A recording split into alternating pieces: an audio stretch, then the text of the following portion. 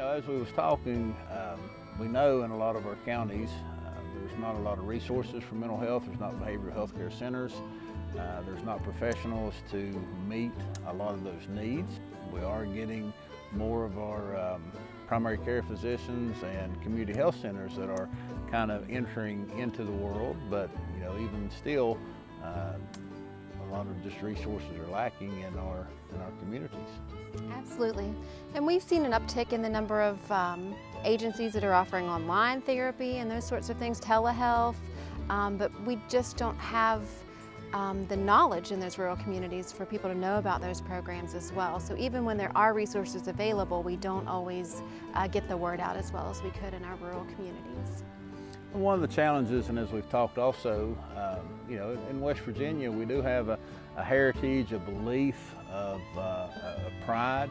Mountaineers are always free, resilient, pulling ourselves up by our bootstraps, so not wanting to ask for help. And again, although in all of our communities, we're very quick to help our neighbor, we're very quick to respond when somebody needs that, it's that internalization of often being the one that needs that help is difficult to ask for. It's difficult to seek that out. So again, a lot of what we're doing with these conversations is just trying to normalize some of the behavioral health needs, mental health needs, taking care of that side just the same as we're taking care of our physical health.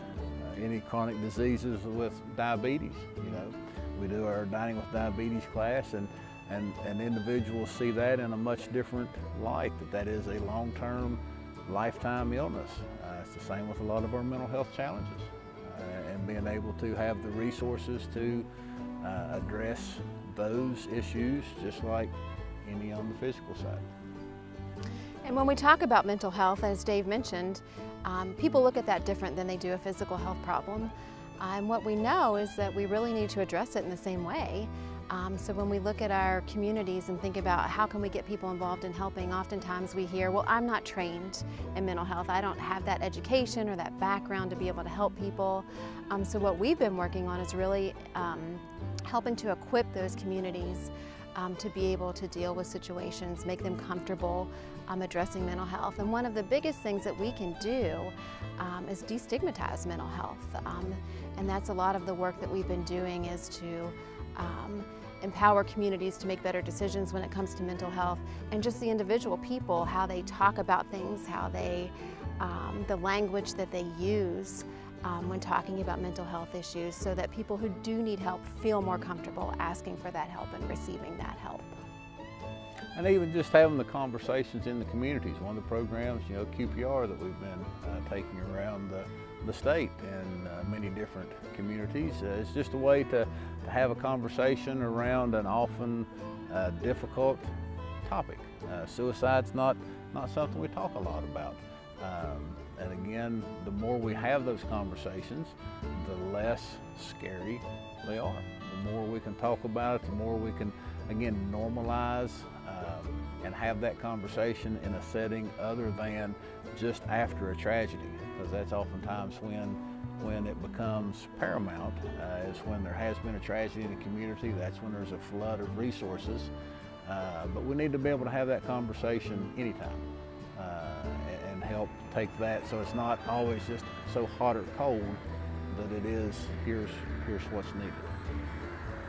And that's the prevention piece too, is not just responding when a tragedy happens, but having those people who are in the community and are people that people know they can go to talk to as those resources, so that we don't end up in a tragedy. We don't end up having to deal with it after the fact, but having that prevention piece, making people comfortable talking about things and asking for help.